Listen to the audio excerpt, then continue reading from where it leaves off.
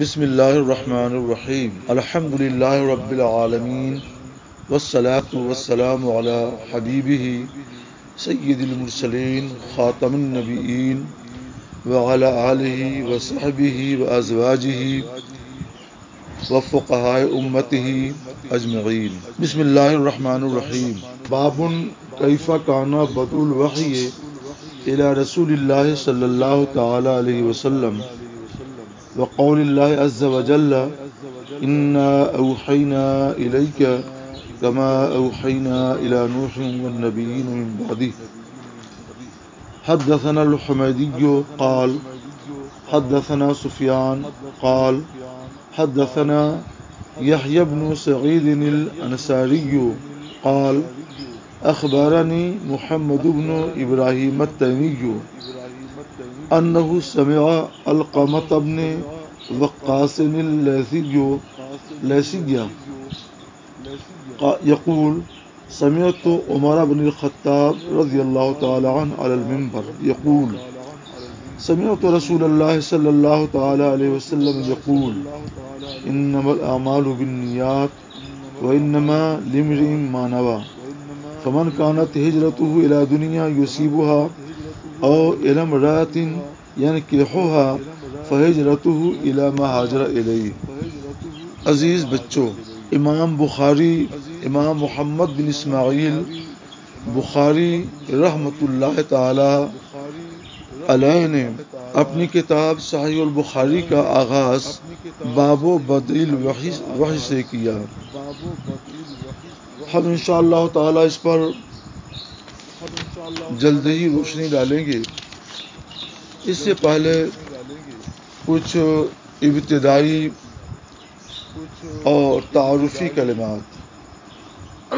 امام محمد بن اسماعیل بخاری رحمۃ اللہ تعالی علیہ اپنے وقت کے بہت ہی عظیم بلکہ بے مثال محدث تھے، بہت ہی عظیم فقیہ تھے اور اللہ کے اولیاء کرام سے تھے۔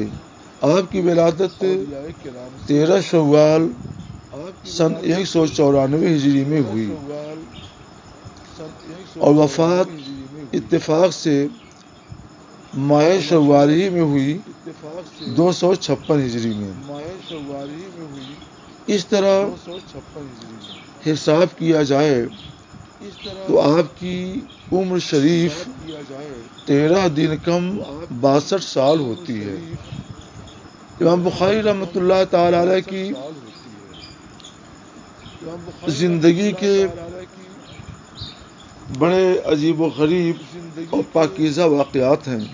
آپ ابھی کم سن تھے کہ آنکھوں کی روشنی سے بینائی سے محروم ہو گئے۔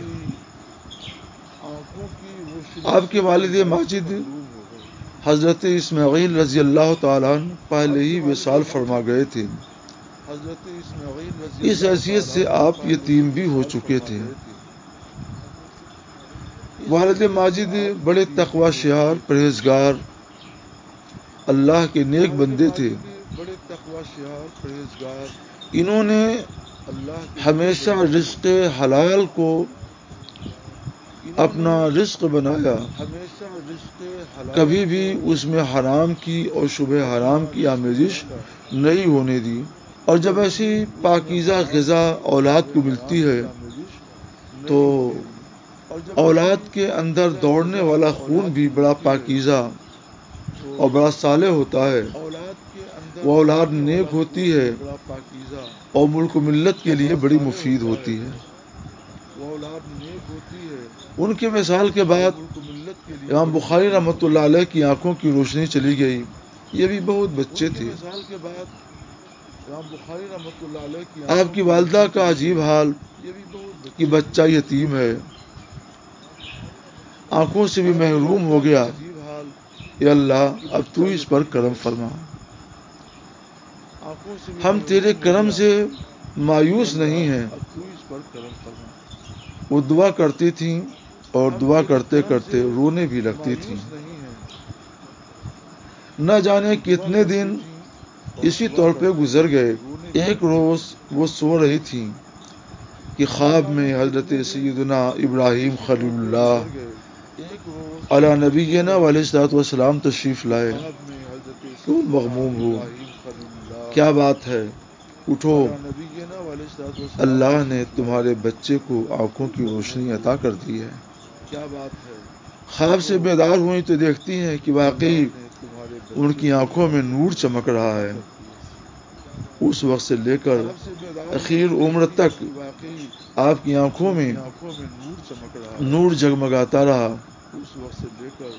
ایسا نور کہ امام بخاری رحمۃ اللہ تعالی علیہ نے اپنی جد و جہد اور قد و کاوش سے دنیا کو بھی روشن اور منور کر دیا. جب ماں اور باپ ایسے نیک اور صالح ہوتے ہیں اور صرف حلال اور پاکیزہ روزی پر اکتفا کرتے ہیں، قناعت کرتے ہیں، اللہ ان کی دعائیں قبول کرتا ہے.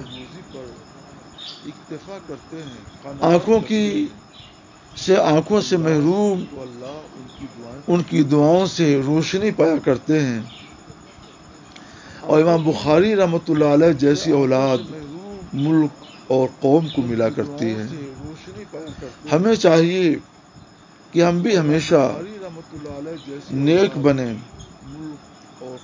ان بزرگوں کی زندگی سے سبق حاصل کریں اور کبھی بھی رزق حرام، مال حرام کی طرف نہ آنکھ اٹھائیں اور نہ ہی ایسے مال کی طرف آنکھ اٹھائیں جس مال میں حرام کا کوئی شبہہ پایا جاتا ہو. محنت سے مال کمائیں اور صرف وہ مال حاصل کریں جو مال خالص حلال ہو اور اس میں حرام کا کوئی شائبہ نہ ہو.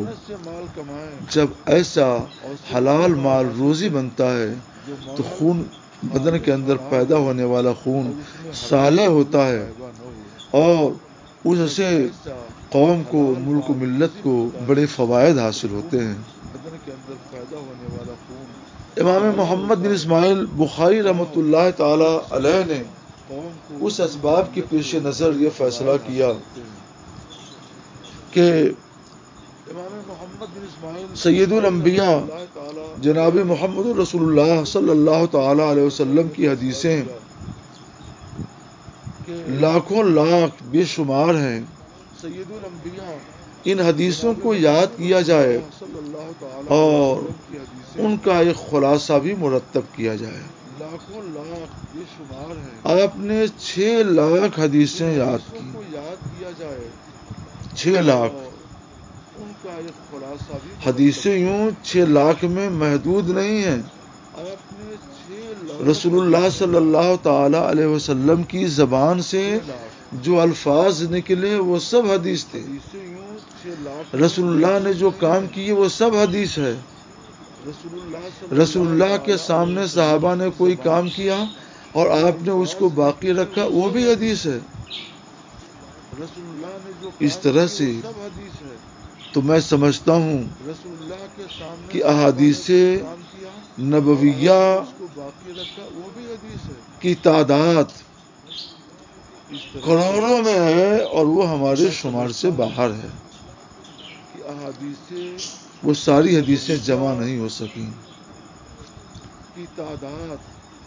اور محفوظ نہیں ہوئی، اور جو حدیثیں محفوظ ہوئیں وہ سب کی سب جمع نہیں ہو سکیں، اور جو جمع ہو گئیں وہ سب ہمارے پاس محفوظ نہیں ہے، دنیا میں پھیلی ہوئی ہے. مختصر یہ کہ امام بخاری رحمۃ اللہ علیہ کو 6 لاکھ حدیثیں یاد تھیں. ان 6 لاکھ حدیثوں میں سے انتخاب کر کے امام محمد بن اسماعیل بخاری رحمۃ اللہ تعالی علیہ نے صرف 7 لاکھ سے کچھ زیادہ حدیثیں جمع کی اور اس مجموعے کا نام رکھا الجامع المسند الصحیح المختصر من امور رسول اللہ صلی اللہ تعالی علیہ وسلم وسننہ وایامہ. جامع، مسند، صحیح، امور رسول اللہ صلی اللہ علیہ وسلم اور سنن رسول اللہ اور ایام رسول اللہ صلی اللہ تعالی علیہ وسلم کا اختصار، منتخب، مختصر، اس کا مفہوم ہوا۔ جامع حدیث کی ایک مخصوص کتاب کو کہتے ہیں جس میں تمام ابواب کے مسائل اور احکام جمع کر دیے جاتے ہیں۔ مسند اس حدیث کو کہا جاتا ہے جس کا سلسلہ سند رسول اللہ تک صلی اللہ تعالی وسلم پہنچتا ہو۔ صحیح ایسی حدیثوں کو کہتے ہیں جس کے راوی کامل الحفظ ہوں، کامل الاتقان ہو، کامل الضبط ہوں، تقوی شعار ہوں، دیندار ہوں، پرہیزگار ہوں، ان کے اندر کوئی علت قادحہ نہ ہو جس کی وجہ سے ان پر کوئی انگشت نمائی کر سکے۔ لفظ مختصر کی تشریح میں نے کر دی کہ 6 لاکھ حدیثوں میں سے 7,000 سے کچھ زیادہ حدیثیں امام بخاری رحمۃ اللہ علیہ نے اپنی کتاب میں جمع کی ہیں۔ اس سے آپ اندازہ لگا سکتے ہیں کہ یہ کس قدر مختصر ہے۔ ہم یہاں مختصراً ایک بات کی وضاحت کرنا چاہتے ہیں کہ امام بخاری رحمۃ اللہ علیہ نے نام میں جتنے الفاظ اختیار کیے ہیں وہ سب الفاظ بڑے بامعنی اور بڑے دور رس ہیں، ان پر غور ہونا چاہیے۔ آپ مطالعہ کریں گے تو انشاءاللہ ان کو خود حاصل کریں گے۔ ہم ایک بات کی طرف توجہ دلانا چاہتے ہیں جن کی طرف توجہ کم کی جاتی ہے، وہ ہے وہ سنن ہی و ایامی میں سنن کا لفظ۔ ایک ہے سنت اور ایک ہے حدیث۔ عام طور پہ سمجھا جاتا ہے کہ جو سنت ہے وہی حدیث ہے، اور جو حدیث ہے وہی سنت ہے۔ صحیح ہے، ان دونوں میں عام خاص مطلق کا فرق ہے۔ جو سنت ہے وہ حدیث ضرور ہے، یقیناً ہے، مگر یہ لازم نہیں ہے کہ جو حدیث ہو وہ سنت بھی ہو۔ سنت کہتے ہیں الطریقۃ المسلوکۃ فی الدین کو، رسول اللہ صلی اللہ تعالی علیہ وسلم کا مقرر کردہ راستہ، قائم کردہ راستہ جس پر امت اپنے دین کے بارے میں چلے۔ تو یہ راستہ جو رسول اللہ نے مقرر کر دیا یہ ساری امت کے لیے، امت اجابت ہو، امت دعوت ہو، یعنی سارے اقوام عالم کے لیے۔ سرکار علیہ الصلوۃ والسلام نے ایک شاہراہ عام بنا دیا ہے اور سیدھی شاہراہیں بھی جو بنتی ہیں تو مثلا ہائی وے بنتی ہے اور اس طرح کے ایکسپریس ہائی وے بنتے ہیں، یہ بہت سیدھے ہوتے ہیں، اس کے باوجود کہیں نہ کہیں ان میں کہیں موڑ ہوتا ہے اور ان میں بہت احتیاط کی ہدایت ہوتی ہے کہ اس احتیاط کے ساتھ چلنا ہوگا۔ احتیاط کے خلاف کچھ بھی ہوا تو ایکسیڈنٹ ہو جاتا ہے۔